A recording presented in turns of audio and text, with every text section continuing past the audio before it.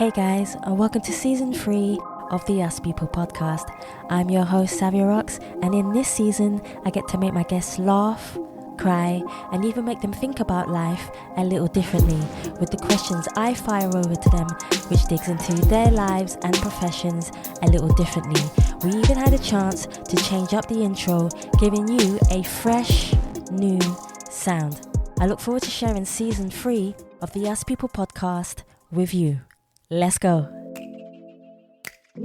Greetings, my name is Eli Anderson, storyteller, director of Story Aid, and I'm here on this amazing podcast by Us People podcast with Savia Made up my mind, now's my time to shine. Now's my time to shine. Time that you let go, time that you let go, now's my time to shine. Hey guys, and welcome to another episode of the Us People podcast. I'm your host, Savia Rocks, and today I've got the lovely Eli Anderson here with me, who is a storyteller. I'm so humbled to have you here with me today. How are you today, Eli? I'm blessed, truly blessed. I can see that. The smile on your face says it all for me. Eli does guys, I have to say this even before we start the podcast. Eli has so many talents and expertise in so many different things that when I was doing my write-up, I was actually confused. It doesn't happen often, but I was actually confused because he has so many different attributes that you guys listening today can learn so much from. But my first question always to everybody, Eli especially, is could you tell us a little bit about yourself as an individual and your upbringing and how that influenced you to be the person who you are today? Thank you very much. Very useful question. I think the upbringing was always around elders, people who were always using proverbs, using proverbs to explain things, which I guess at a young age is confusing and slightly later even more confusing. And I think it's only when you begin to experience life that you understand what these proverbs really mean. In a way, they're kind of nuggets of ancestral magic. Yes. They echo the past into the present, and they allow you to see the future at the same time. So it's really powerful, and I grew up with that. And I grew up with Anansi stories, and I grew up with people being animated about their lives. So that was part of my growing up. In a community, an African diaspora community, Jamaican, to be honest with you. And so I got most of that from there. And you asked me about me, which is interesting. I guess my purpose is as a storyteller, which is to enable people to reconnect and rediscover their inner stories, to really create some sort of, or co-create some sort of healing communities so people can tell their stories. And I think this is the one thing that affects many. In fact, it's affecting a lot more people than just us. But when people are unable to tell their story, in effect, they could be ill. That can make them physically ill. It definitely makes them emotionally ill. And it definitely affects their spiritual awareness, spiritual wellness, as it were. Yeah. So my job is to help people unlock that. And my job is my purpose. So that's what I do, even though I may not be paid for it. That's the responsibility I have being on this earth, really. That gift that I've been given. I'm so glad that you're using your gift not for money, for a higher purpose, which resonates with you. I love that. Could you tell me about some of the influences in your life that have helped you to say, this is something that I want to do every day? Well, some of the influences, I guess they were always in the background. And I think obviously my parents, my family, those people were always supporting me in what I was doing. Yeah. And allowed those gifts to germinate and develop. And I guess what really pushed it over the edge and really made me feel, actually, this is what I need to do, was when I went to Ghana, and I'd been doing I've been involved in quite a high level senior post, Yeah. doing quite a lot of things. And I'd been involved in 20, 25 years with a cousin of mine researching our family history. Wow. And it led us to Ghana. So I went to Ghana and stayed there for a period of time. A good friend of mine allowed me to be able to do that. And I went to Elmina Castle, and Elmina Castle is the port. Yeah. It's effectively where the Africans were stored before they were transported. It's just one of many forts, Portuguese involved in it, Spanish and English. And I was taken around that place, and I was there with a whole range of other people. And when I came out of that, I'd said to the person who took me around there, I said, look, I know most of this stuff that you're telling me because I've read most of it. What I think you need to do is tell me what I can't read. Yeah. Because you live here. You will understand the history that people won't write down. And I badgered him for about 40 minutes. And then I said, I'm quite happy to pay you again. And he said, no, not to worry. And then he took me around again and pointed out the things that he had heard. Okay. And that was horrific. Oh, wow. That was emotionally, it's horrific, because you don't really understand that the fact that there's an assumption that if you come from Africa, you speak a few languages, when actually there are thousands of languages being spoken in Africa. And even in Ghana, there are over 70 languages being spoken, with 9 major languages. So it's huge. In Nigeria, it's more. So if you have a collection of people that you are constantly abusing, that can't speak to each other, they're not getting support. Just that one thing really rocked me, and there were more. And there's a place where it says the door, place of no return, and I went into that space towards the end of the tour, and just broke down and cried. And it's a really painful cry. It's a cry you can't cry your pain out. Painful, really painful. And as I was crying, this little multicolored bird flew in and perched and didn't stop singing until I stopped crying. And when I came back to the UK, I realized I'd gone 360 degrees. And what I was being told was I'd come back home. Yeah. So now I need to take home with me. I need to do the Sankofa thing. And I came back and took it from there. I didn't know what I was going to do. There was a really amazing life coach that helped me kind of gain some perspective. Yeah. And within that year, no job, but an understanding that actually storytelling was supposed to be my purpose. Yeah. That's what I did. And I've been doing that ever since. What was it like doing your first story? What was it like even creating your first story? I think I'd always written. I'd always written for a long time. Yeah. Was a performance poet. And I'd always written stories for years, and was involved in an organization called One Love, One Harmony, which was, we used to do things every year. And so I'd do the odd story, the odd skit, the odd bit of acting, whatever.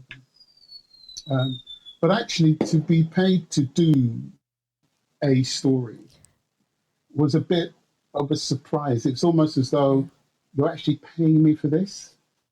I mean, I would have done this for free. So it really, and I did, and my first course of teaching storytelling was remarkable, that people wanted to hear what I had to say. Yeah. So in a way, it was part of my own rites of passage to to acknowledge my own voice, Yeah. even though I acknowledged it before, but in a different way, and to actually begin this process of understanding what legacy work is about. Asking people to consider that actually they're bigger than they are, Yes. and they have a voice, and they have a right, and have a right to their own story. And that for me was a kind of a very powerful moment, where I began to step into that gift, because the gift was huge. And I stepped into it and I realized, wow, okay, this is what the ancestors were giving me. See. Realized it was so big.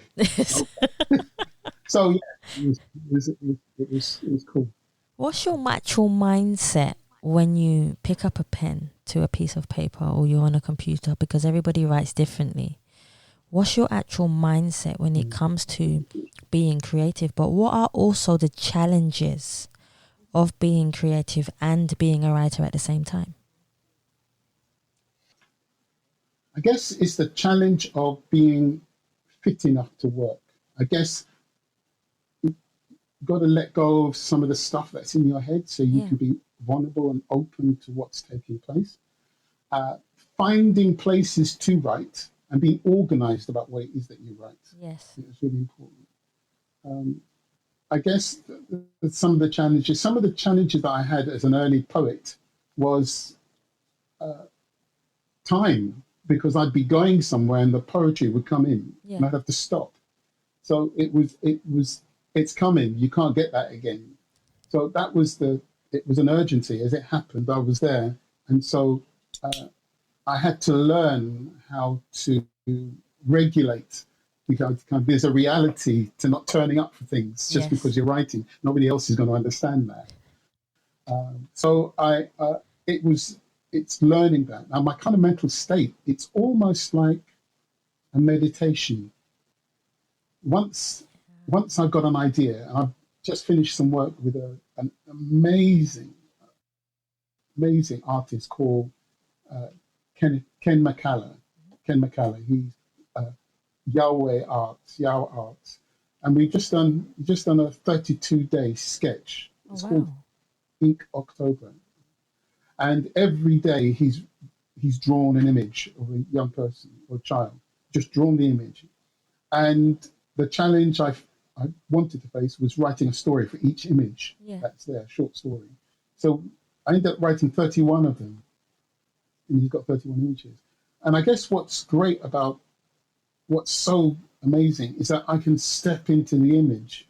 Yeah. I only need an image. In fact, I only need a color to be able to write. And once I'm writing, I disappear. I'm there watching me write. And I don't kind of re-enter that space until I've finished. I'm completely consumed by it. And it is, and people know not to speak to me when I'm writing. They know, because I won't respond. How has it been? It's great. How has it been when how has it been when somebody interrupts you? What do you actually do? I would love to know what you actually do. Yeah. I mean, let me see. The earlier times, I just wouldn't talk to people. Yeah. I'm writing. So I've learnt to find diplomatic ways of asking people. I don't take the pen off the paper. So emotionally, I'm still connected to what I'm writing. Yeah. But I can turn to people and say, look, can you just give me another hour? Okay. Now, hour and 15 minutes. And then most times people will say, okay. I've had maybe one or two people say what you're writing. And I would say, please give me the hour. Yeah. And then they'd go away. And because my pen is still connected to that paper. You still have that energy flowing. Because I then look at the paper, look at the pen, and then get back into the story and stand in the story. So the story's around me. Yeah. So I can just imagine where I was before I had to do things. Oh, wow. What are you most curious about right now, especially within storytelling, mental health? There are so many things going on in the world right now. But what are you most curious about that you want to develop more for yourself and for anything around you that actually matters to you? Wow. Oh, what an amazing question. I'm curious about the stories that we as African heritage people have. And those stories are locked up in our DNA, Yes. and part of how we how I can use this gift to help people unlock that. That's what I'm trying to do on a daily basis, to create this world healing community. So on the website it talks about helping 1 billion people to Yes. become storytellers. That's what I'm trying to do. And one of the ways of doing that at the moment, I'm working with a colleague to develop a full-length animation feature, Yes. which is all about an African group of young people, and that came from a storybook I wrote a few years ago with somebody else, and we're now developing it into. At this point, we're about to employ some 2D artists and 3D artists to really move it into that animation space. Yeah. So I think what I want to do is, how do we not just talk, but really shout, use a megaphone? And some of the ways in which we really talk to people is through this podcast, through our writing, through performing. Although I don't see what I do perform, because everything I do is so serious that it has to be thought about, because you're affecting people. Yes. However, we need to have a voice that we trust, and we need to have a voice that we validate. Yes. So it's very easy to say, okay, I want to do this. You really ask yourself, why are you doing this? How can that be important for somebody else, another young person, to look back and say, I get it, I understand it. That's part of what I need to do. So I think my work has got a level of urgency at the moment. Yes.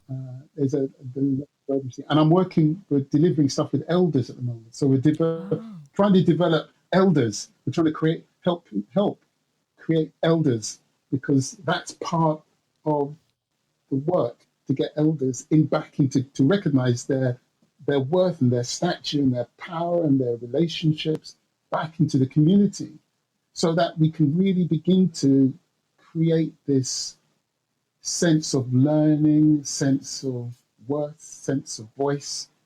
So developing rites of passage work with adults and then doing that with elders is really trying to say, okay, we need more people to really have that voice. Let's just keep doing that. Probably another generation, maybe a couple of generations before that really kind of cooks. Yeah. But you've got to start somewhere. So all this is part of that voice that we need to have, this unique voice that we need to have. That kind of brings me into my next question in a way, which is education. So when it comes to education, do you feel that talent is enough, or do you feel like education is enough, or do you feel that you need the combination of the two to be able to be creative and to be able to have the knowledge and wisdom to be able to do what you want to do in life? Again, the idea of talent and education. I think education is really important, because it's supposed to release stuff from you. It's supposed to allow you to question and formulate new ways of seeing the world. And that's why traveling is so important. That's why it is. meditation is so important. That's why reading is so important. You want to hear those multiple voices that you want to hear and say, well, actually, I don't agree with that. So you have an opinion. And then you have a way of saying, actually, I don't. You can have a moral standpoint. You can have a moral compass, which is so critical. And that's part of the whole education vibe piece. That's why ancient Kemet had 360 degrees of education. Yes. That's why when you went to Timbuktu, you spent 7 years learning There wasn't that kind of degree you learned. And so it was always trying to find out how do I connect with nature? How is nature part of me? I think that's the whole connection. And the talent is work. It's Yeah. definitely work. You know, there's something on my website that says, but Bruce Lee, one of his quote, I may quote this incorrectly, but he said, "I'm not frightened of a man who spent 10 years learning 10,000 kicks. I'm frightened of a man who's spent who's practiced 10,000 kicks one way." Yeah. So it's just practice that one kick 10,000 times. I know Not what the it person who means. has 10,000 kicks, but one kick 10,000 I times. know exactly And what it it's means. that is part of this resilience, this sense of really trying to dig down about who you are and not add bits to yourself, but really find out what's in there. And actually, I believe that everyone has talent, Yeah, but you've got to work to find it. that's true. I totally That's the agree. point. And once you work to find it, that's part of your education. But you need to read, you need to see what's around you, you need to be curious and childlike as to what's taking place around your life Exactly. and open yourself to that. Otherwise, your talent needs to be fueled. You can't just leave it there. You've got to fuel it. You've got to use it. You've got to make it happen. What have you overcome that has changed the way you think and feel about the way that you interact with people? I think one of the things that's really important also with storytelling is that stories can hurt people. That's true. And they can hurt people in many, many different ways. Your story of success might be the last thing somebody needs to hear. Yeah. Maybe you finding out about, interested in their story, may be what you need to hear. So it's, I think there are many other things, but I think that bit, which is about listening to people, listening to be interested in what they have, what they're bringing to this world. And invariably, I always find that I have grown as a Yes. result of listening to other people. And I realize the more I understand, the less I know. So I know that I'm nothing and everything at the same time. I feel like that. I definitely feel like that. Yeah, nothing and everything. But you have a right to be here, just like you're interviewing me. This is not coincidence. I think this is Yeah. part of something bigger. This is something bigger. But yeah, I think the thing is about listening. That is, really listening. I like that. Really listening to somebody. I definitely like that. What do you feel most proud of that you stand for as a person? Mindful. Oh, yes. I I believe that everyone has a voice. I believe that irrespective of where you are in this world or what you're doing in this world, you have a voice. True. And I will defend that voice. The voice obviously has to be tempered with the fact that we have to be in balance. We have to be physically, mentally, and spiritually in balance. And the voice must support that, i.e., that we as human beings are here to help each other. Yes. That's really what we're here to do. And some of us have forgotten, and that's brought us out of balance.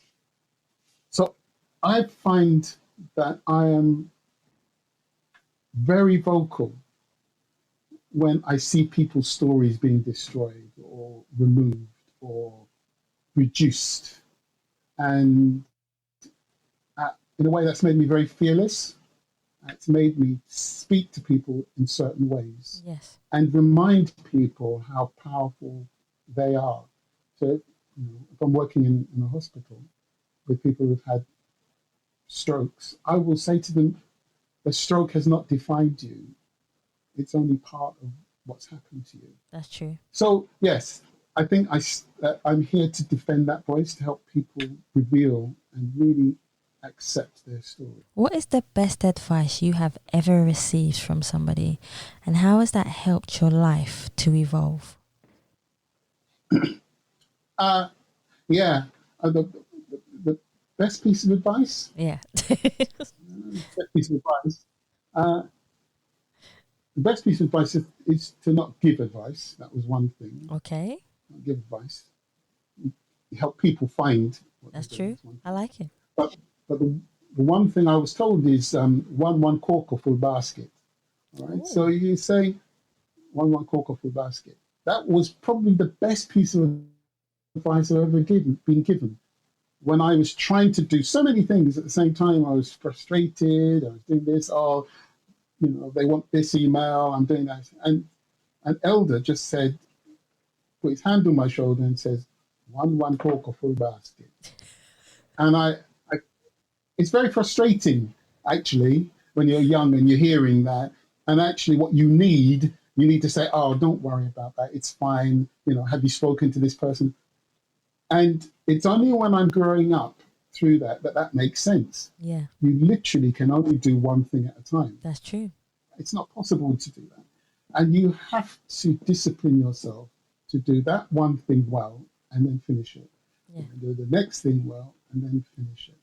Even in neuroscience, where people talk about that you're able to do more than one thing at a time, that's not possible.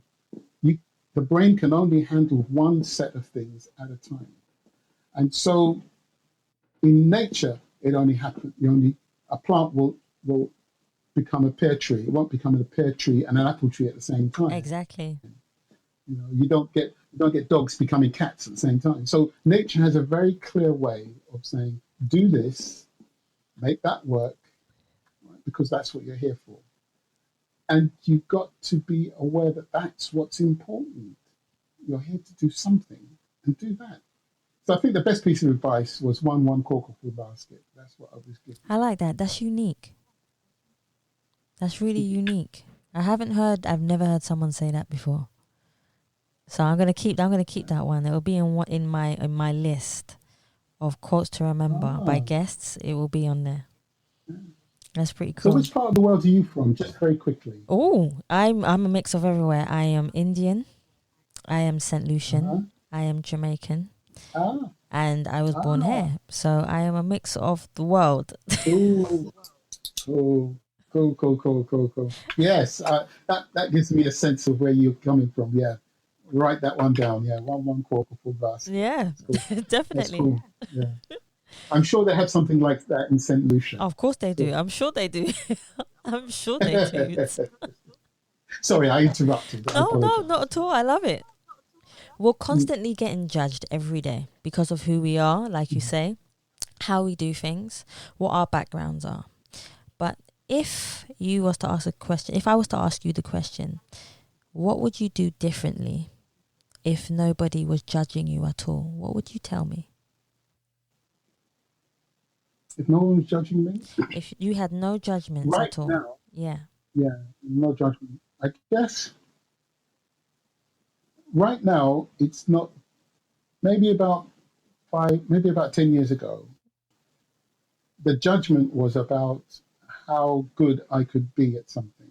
Okay. Be at my job. And the judgment ostensibly was made by people who didn't know my job.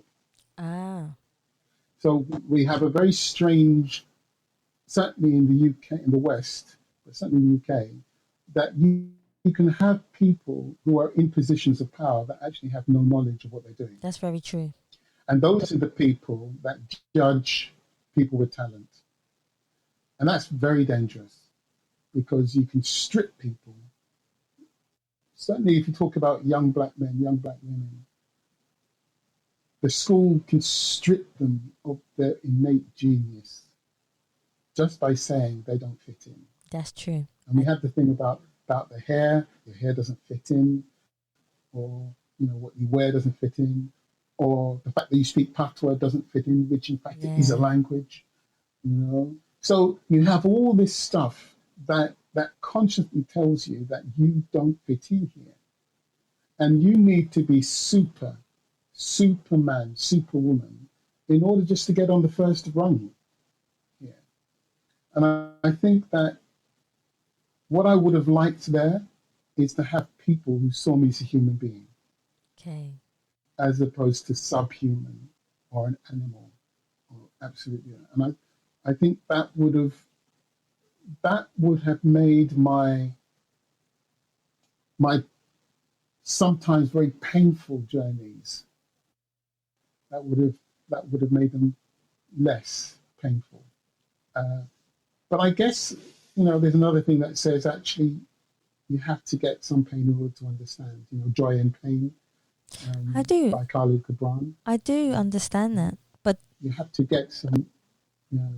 But do you feel that people were You judging do understand that? Oh yeah, of course, I do understand that. Do you feel that people were judging you based on fear? Because sometimes people of talent or people with a strong aura can intimidate people who haven't got that higher spiritual power or aura, but people of talent usually do. Do you feel that that's one of the reasons why people were the way they were towards you? Yeah, I think you're absolutely right. You know, it's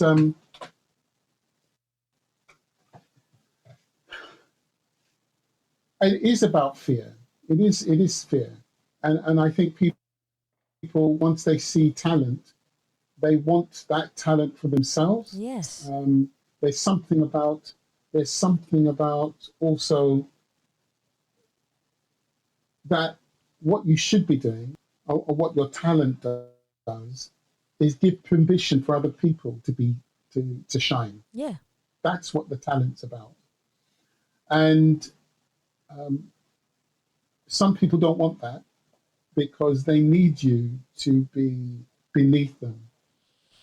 They need you. They need to be controlled. They need to control you. Yeah. And actually, as a 6-year-old who's able to do so many amazing things, part of supporting you is just letting you shine. And that is the danger, that when you shine, you show people what they could be. Exactly. And you or what they've neglected to find in themselves. And that is unfortunate, but that's the world we live in. Certainly, the Western world we live in. Yeah, that's definitely really true. Here's a question for you, a little bit different. But if you were stuck on a desert island, and I said to you that you were allowed to choose one president, one author, one author, and one celebrity to have a conversation with, who would you bring on that island with you? So what one president, what one author, and what one celebrity would you bring on the island with you? You can have anybody dead or alive. Everyone dead and alive. Okay. So I would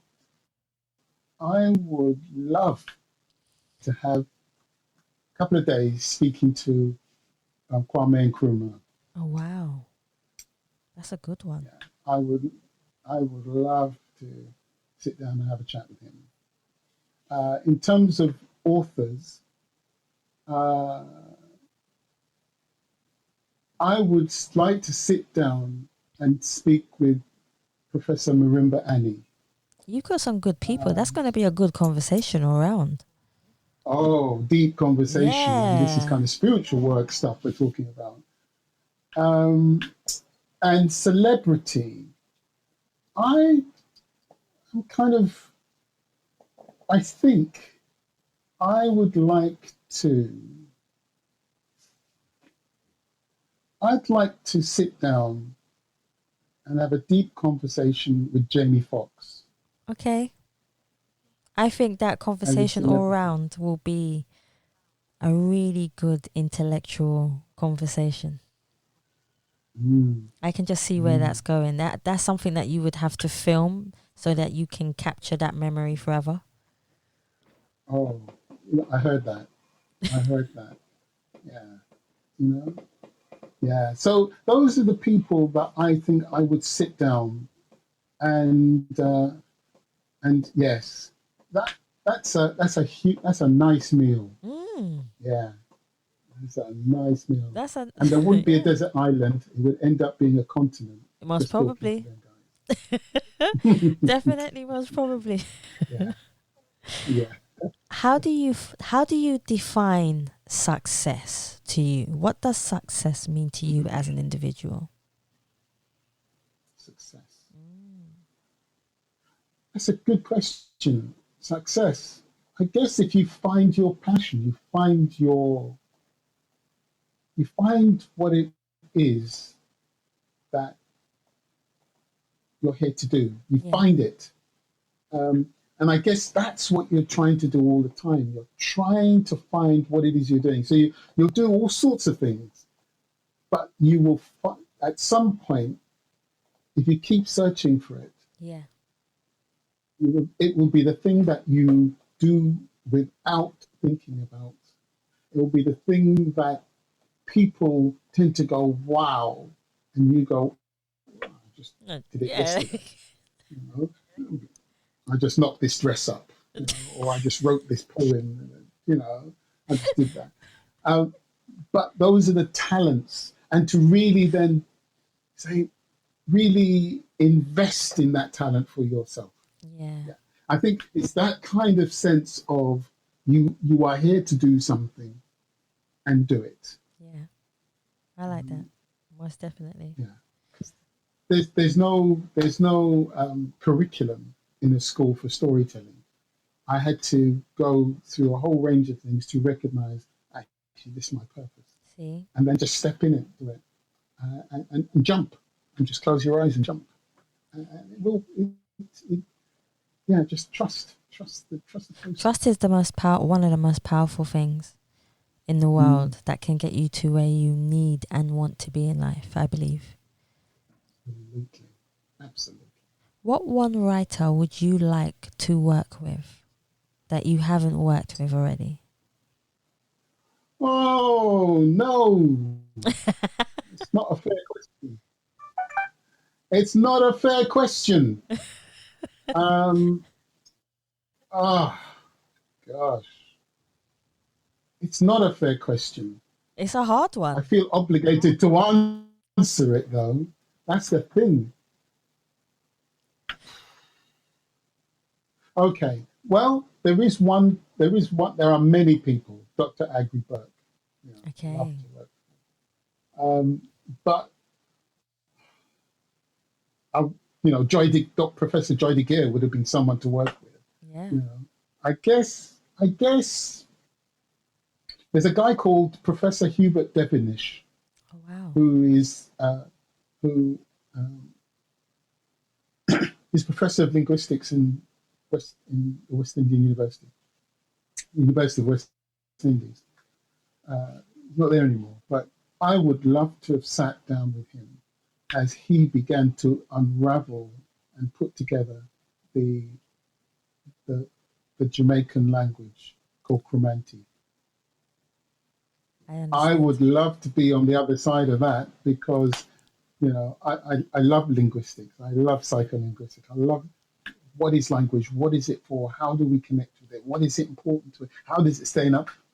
And to unravel that stuff inside of the kind of the Jamaican language, which is kind of being understood by people like, Louise Bennett and so forth. Mm-hmm. That would be that's like a dream writing.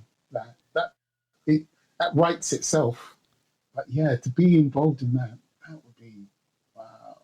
That's something. I'm getting chills. Yeah, I can see. I know everybody won't be able to see you, but I can see you, and I can see just that smile. It's just shing.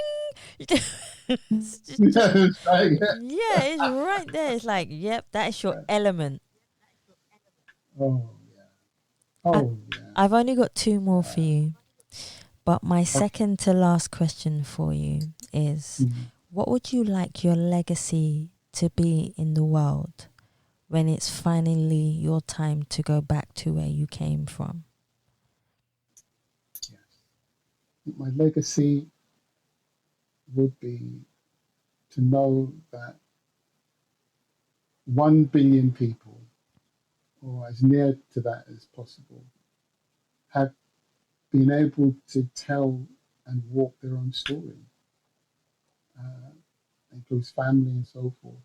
But I've been a tiny little part, even at a distance, to enable them to tell their story with passion and conviction and compassion and confidence. I like that. That's a good way to end this podcast. That's a really good way to end this podcast. Which leads me to my final question for you is, how can we find you, Eli, on all your social networks and all your platforms? So if anybody would like to get in contact with you just the same way I did, how can they get in contact with you? So you can find me on LinkedIn, Eli Anderson, storytelling, Story Aid. You can find my website, which is storyaid.uk. That's the website. Email address is eli@storyaid.uk. Find me on Instagram at Qteller, Qteller, Qteller. You'll find me also on Twitter, same thing, same handle. And you'll find some stuff on SoundCloud, Eli Anderson Storytelling. You'll find me there as well. So you'll find me in some of those places. And also, if you just Google me, I'm on other bits and pieces. People have been very kind to me in terms of recording stuff and putting stuff out. Very kind. So yes, you can definitely find me there. Definitely find me on LinkedIn. Definitely find me with the eli@storyaid.uk. I will always get an email and I always return. That's how you'll be able to find me. Perfect. Eli, I've been so humbled to have you here on the podcast today. I want to thank you so much for coming on the podcast. A very powerful African woman. It was a pleasure to see you. Thank you so much. And guys, thank you so much for listening to the Us People podcast. And please remember, you can subscribe to Spotify, iTunes, Google Play, and any other platform that you prefer listening to. Please also follow us on Facebook, Instagram, and Twitter. And you can also donate to the Us People podcast by simply going to the Savvy Rocks website or just typing in paypal.me/Us People podcast. Thank you so much for listening. Stay happy, stay positive, and as always, please continue to be kind to one another. Time to let it go. Now's my time. Now's my time. Time to let it go. Now's my time. Now's my time. Time to let it go. Now is the time for me to focus. Stop all that playing hocus pocus. Stop doing it yourself. You need a little help. This time I want to see you shining. Okay. I think you need. So just let me know where I can get the recording, and then I'll send it around to everyone to make sure that people support you. You know that it's worth it, cause nobody's perfect. Sometimes you need to say, I'm gonna be okay. Made up my mind, now is my time to shine. Now is my time to shine. Time that you let go, time that you let go. Now is my time to shine. Now is my time to shine. Now is my time to shine. Time that you let go, time that you let go. Now is my time to shine. Time to let it go. Now is my time. Now is my time. Time to let it go. Now is my time. Now is my time. Time to let it go. Now is my time. Now is my time. Time to let it go. You are your own worst enemy. Thinking too far, what's ahead of me? One day at a time. Just enjoy the ride. Open those eyes, see the light. Ignite that fire inside it. Let it breathe breath into life. Push all your fears to the side. Control your mind. It's all alright, enjoy your life, the joy is mine. Commit to you, you got the tools. Everything you do, you make the rules. Sometimes you need